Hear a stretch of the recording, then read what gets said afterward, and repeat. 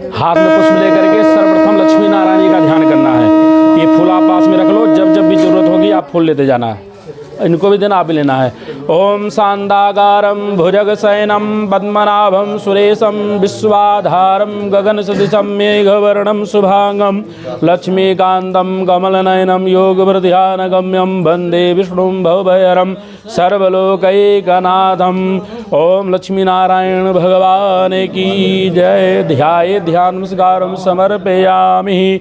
अब हाथ जोड़ करके पुष्प लेकर के सत्यनारायण भगवान की कथा को श्रवण करना है।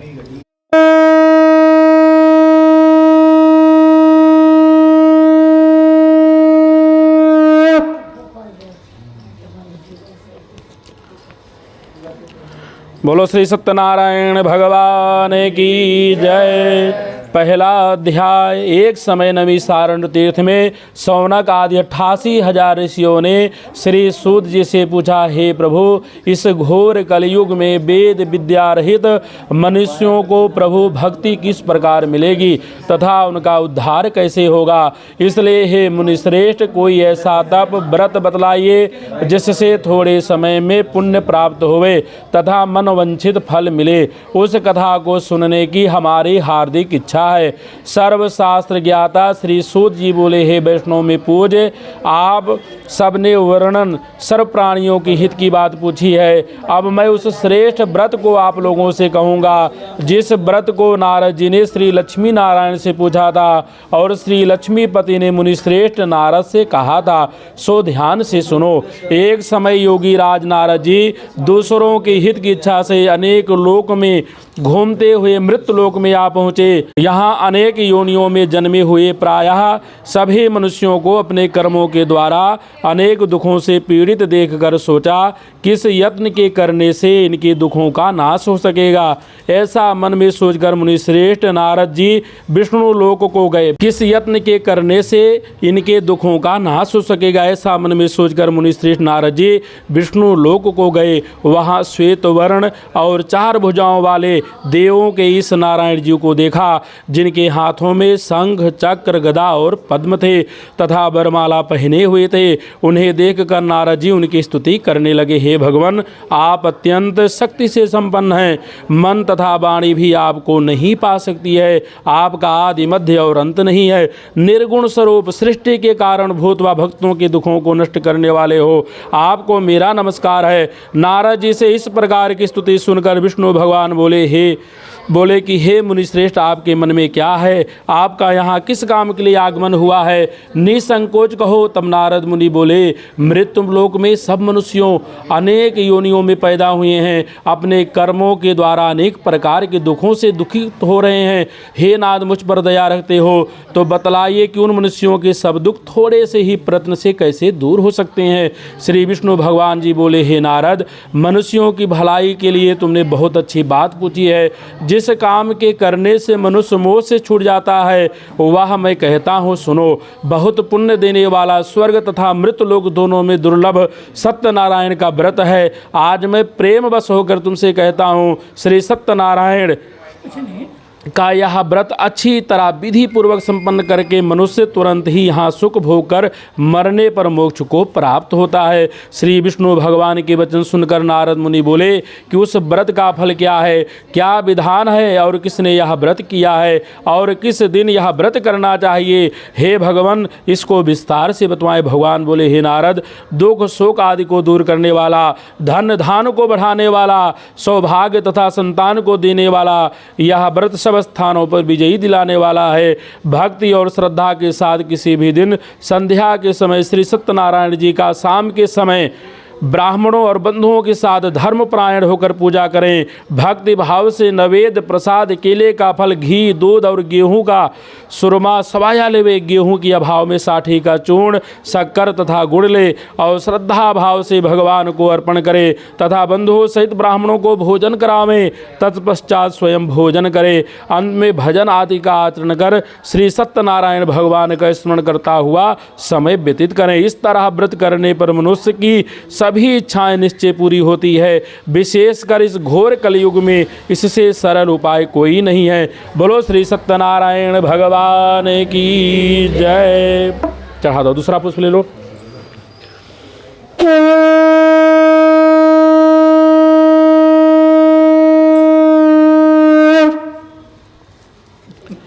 दूसरा अध्याय। सूत जी बोले, हे ऋषियों, जिन्होंने सबसे पहले इस व्रत को किया था उसका इतिहास कहता हूँ, ध्यान से श्रवण करो। सुंदर काशीपुरी नगरी में एक अत्यंत गरीब ब्राह्मण रहता था। वह भूख और प्यास से विचलित पृथ्वी पर दर दर घूमता था। ब्राह्मणों से प्रेम भाव रखने वाले श्री भगवान ने ब्राह्मण को दुखी देखकर एक बूढ़े ब्राह्मण का रूप धारण किया और उसके पास जाकर आदर के साथ पूछा, हे विप्र, आप अत्यंत दुखी होकर इस पृथ्वी पर क्यों घूमते हैं?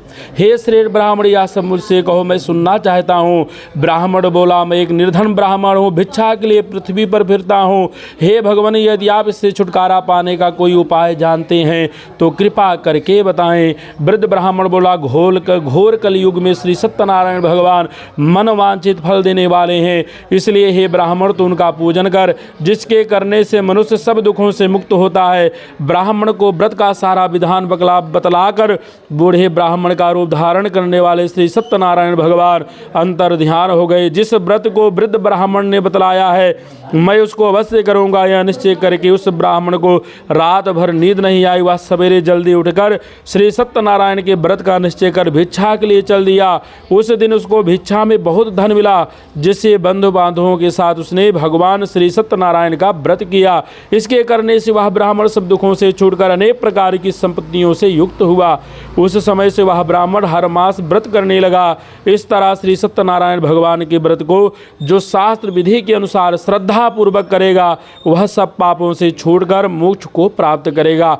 आगे जो मनुष्य पृथ्वी पर श्री सत्यनारायण का व्रत करेगा वह सब दुखों से छूट जाएगा। इस तरह नारद जी से श्री नारायण का कहा हुआ यह व्रत मैं तुमसे कहा। हे विप्रो, अब मैं और क्या कहूँ?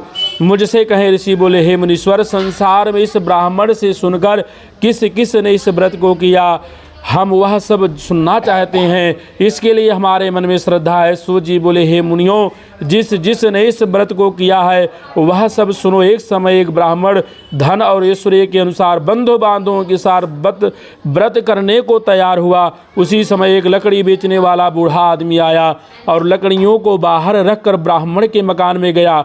प्यास से दुखी लकड़हारा उसको व्रत करते देखकर ब्राह्मण को नमस्कार करने लगा कि आप यह क्या कर रहे हैं और इसके करने से क्या फल मिलता है, कृपा करके मुझसे कहो। ब्राह्मण ने कहा, सब कामनाओं को पूरा करने वाला यह श्री सत्यनारायण भगवान का व्रत है, इनकी ही कृपा से मेरे यहाँ धन धान आदि की वृद्धि हुई है।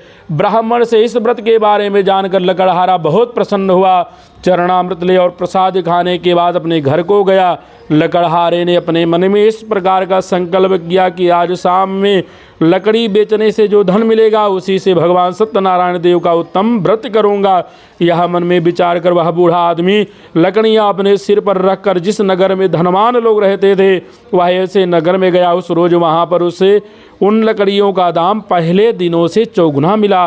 तब वह बूढ़ा लकड़हारा दाम ले और प्रसन्न होकर पके केले की फली, शक्कर, घी, दुग्ध, दही और गेहूं का चूर्ण इत्यादि श्री सत्यनारायण भगवान के व्रत की कुल सामग्रियों को लेकर अपने घर गया। फिर उसने बंधु बांधवों को बुलाकर विधि के साथ श्री भगवान जी का पूजन और व्रत किया। उस व्रत के प्रभाव से वह बूढ़ा लकड़हारा धन पुत्र आदि से युक्त हुआ और संसार के समस्त सुख भोग कर वैकुंठ को चला गया। बोलो श्री सत्यनारायण भगवान की जय।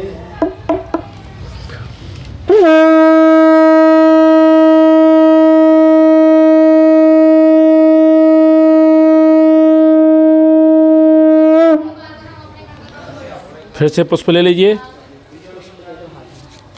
तीसरा अध्याय। सूत जी बोले, हे श्रेष्ठ मुनियों, अब आगे की एक कथा कहता हूँ, सुनो। बहुत समय पहले उल्का मुख नाम का एक बुद्धिमान राजा था। वह सत्यवक्ता और जितेंद्रिय था। प्रतिदिन देवस्थानों पर जाता तथा गरीबों को धन देकर उनको कष्ट दूर करता था। उसकी पत्नी कमल के समान मुख वाली और सती साध्वी थी। भद्रशिला नदी के तट पर उन दोनों ने श्री सत्यनारायण भगवान का व्रत किया। उस समय वहाँ एक साधु नामक एक वैश्य आया।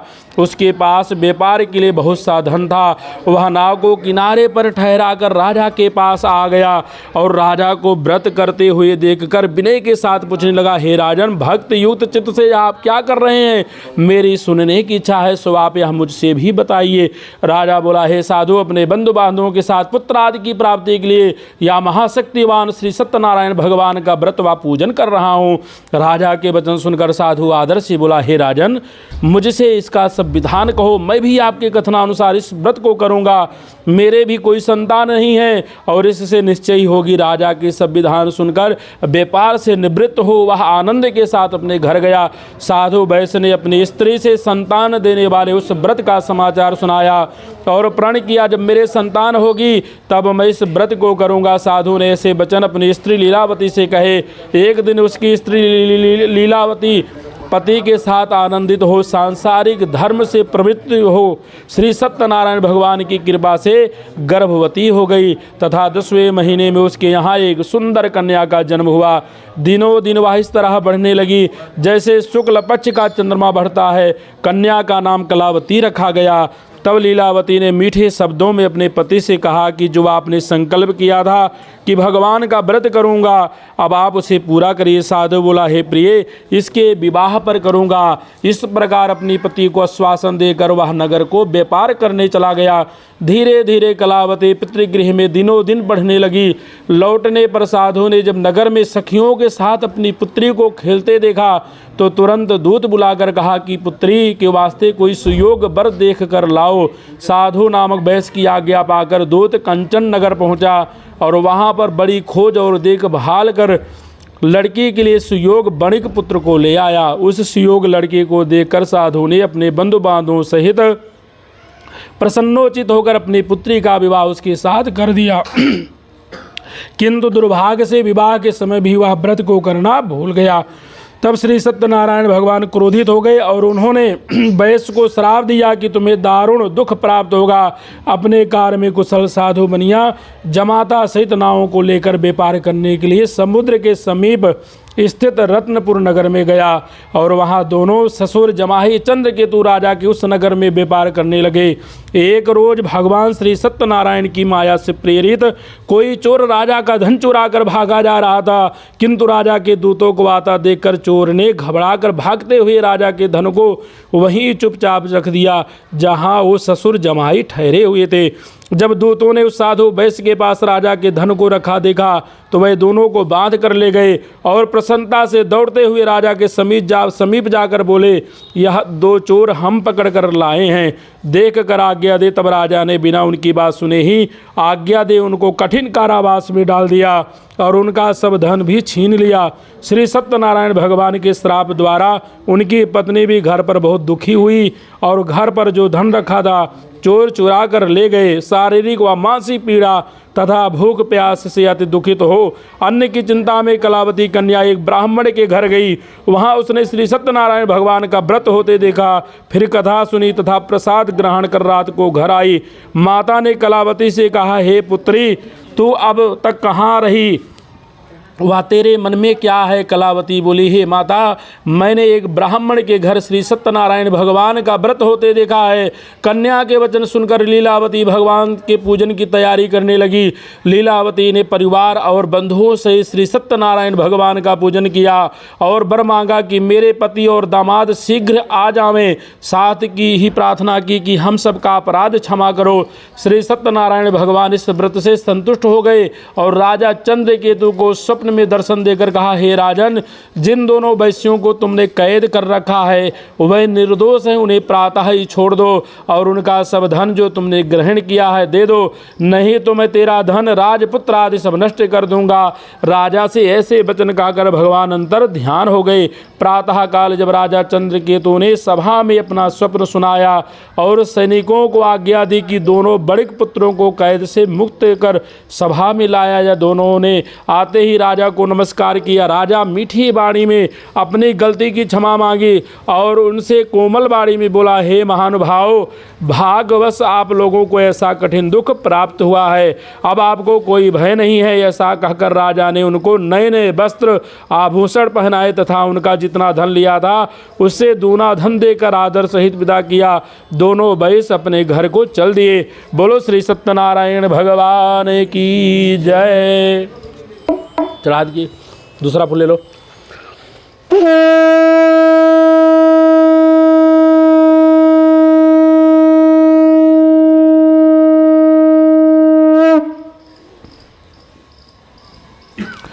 चौथा अध्याय।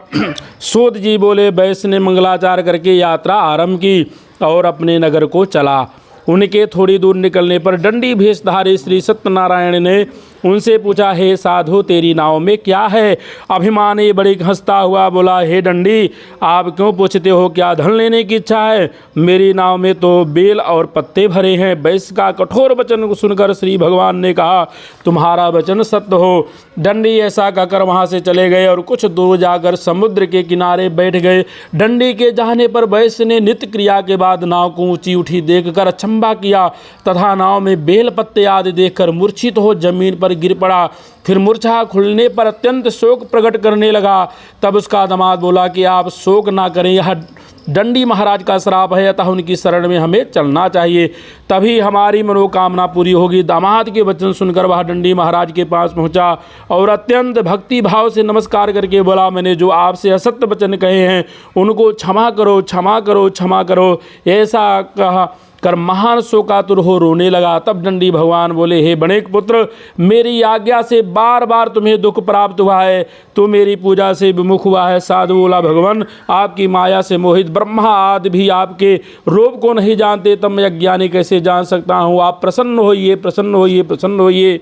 मैं सामर्थ्य के अनुसार आपकी पूजा करूँगा, मेरी रक्षा करो और पहले के समान नौका में धन भर दो। उसके भक्त युक्त वचन सुनकर श्री सत्यनारायण भगवान प्रसन्न हो उसकी इच्छा अनुसार वर देकर अंतर ध्यान हो गए। तब उन्होंने नाव पर आकर देखा कि नाव धन से परिपूर्ण है। फिर वह भगवान सत्यनारायण का पूजन कर साथियों सहित अपने नगर को चला। जब वह अपने नगर के निकट पहुंचा तब उसने अपने एक दूत को घर भेजा। दूत ने साधु नामक वैश्य के घर जा उसकी स्त्री को नमस्कार कर कहा, आपके पति अपने दामाद सहित इस नगर के समीप आ गए हैं। ऐसा वचन सुन साधु की स्त्री ने बड़े हर्ष के साथ सत्यदेव का पूजन कर पुत्री से कहा, मैं अपने पति के दर्शन को जाती हूँ, तो कार्य पूर्ण कर शीघ्र आ जाना। परंतु माता के ऐसे वचन सुनकर भी कलावती प्रसाद छोड़कर पति के दर्शन के लिए चली गई। प्रसाद की अवज्ञा के कारण सत्यदेव रुष्ट हो गए, उसके पति को नाव सहित पानी में डुबो दिया। कलावती अपने पति को ना देखकर रोती हुई जमीन पर गिर गई। इस तरह नौका को डूबा हुआ तथा कन्या को रोती हुई देख साधु दुखित हो बोला, हे भगवान, मुझसे या मेरे परिवार से जो भूल हुई है उसे क्षमा करो। उसके दीन वचन सुनकर सत्यदेव भगवान प्रसन्न हो गए और आकाशवाणी हुई, हे साधु वैश्य, तेरी कन्या मेरे प्रसाद को छोड़कर आई है, इसलिए इसका पति अदृश्य हुआ है। यदि वह घर जाकर प्रसाद खाकर लौटे तो इसे इसका पति अवश्य मिलेगा। ऐसी आकाशवाणी सुनकर कलावती ने घर पहुंचकर प्रसाद खाया, फिर आकर पति के दर्शन किए। तत्पश्चात साधु ने बंधु बांधव सहित श्री सत्यनारायण जी का विधि पूर्वक पूजन किया। उस दिन से वह हर पूर्णिमा को श्री सत्यनारायण का पूजन करने लगी। फिर इस लोक का सुख भोग कर अंत में स्वर्ग लोक को गया। बोलो श्री सत्यनारायण भगवान की जय।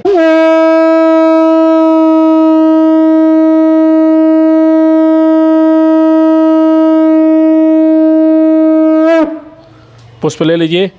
पांचवा अध्याय। सूत जी बोले, हे ऋषियों, मैं और भी कथा कहता हूँ, सुनो। प्रजापालन में लीन तुंगध्वज नाम का एक राजा था। उसने भी भगवान का प्रसाद त्याग कर बहुत दुख पाया। एक समय राजा वन में जाकर वन्य पशुओं को मारकर बड़ के पेड़ के नीचे आया। वहाँ उसने ग्वालों को भक्ति भाव से बांधो सहित श्री सत्यनारायण जी का पूजन करते देखा। परंतु राजा देखकर भी अभिमानवश ने वहाँ नहीं गया और न सत्यदेव भगवान को नमस्कार ही किया। वह ग्वालों के भगवान का प्रसाद उसके सामने रखा तो वह प्रसाद को त्याग कर अपनी सुंदर नगरी को चला। वहाँ उसने अपना सब कुछ नष्ट हुआ पाया तो वह जान गया कि यह सब भगवान सत्यदेव ने ही किया है। तब वह विश्वास कर उसी स्थान पर वापस आया और ग्वालों के समीप गया और विधि पूर्वक पूजन कर प्रसाद खाया। तो श्री सत्यनारायण की कृपा से पहले जैसा था सब वैसा ही हो गया और दीर्घ काल तक सुख भोग कर मरने पर स्वर्ग लोगों को गया। जो मनुष्य इस परम दुर्लभ व्रत को करेगा भगवान की कृपा से उसे धन धान की प्राप्ति होगी। निर्धन धनी और बंधी बंधन से मुक्त होकर निर्भय हो जाता है। संतानहीनों को संतान प्राप्ति होती है तथा सब मनोरथ पूर्ण होकर अंत में बैकुंठ धाम को जाता है। जिन्होंने पहले इस व्रत को किया अब उनके दूसरे जन्म की कथा कहता हूँ। वृद्ध सतानंद ब्राह्मण ने सुदामा के रूप में जन्म लेकर मोक्ष को पाया। उल्कामुख नाम का राजा दशरथ होकर बैकुंठ को प्राप्त हुआ। साधु नाम का वैश्य ने धर्मात्मा व सत्य प्रतिज्ञ राजा मोरध्वज बनकर अपने पुत्र को आरे से चीरकर मोक्ष को प्राप्त किया।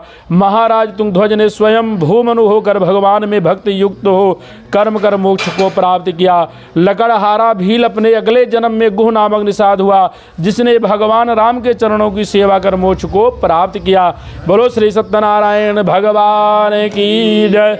बोलो लक्ष्मी नारायण भगवान की जय। बोलो वासुदेव भगवान की जय। हर हर महादेव।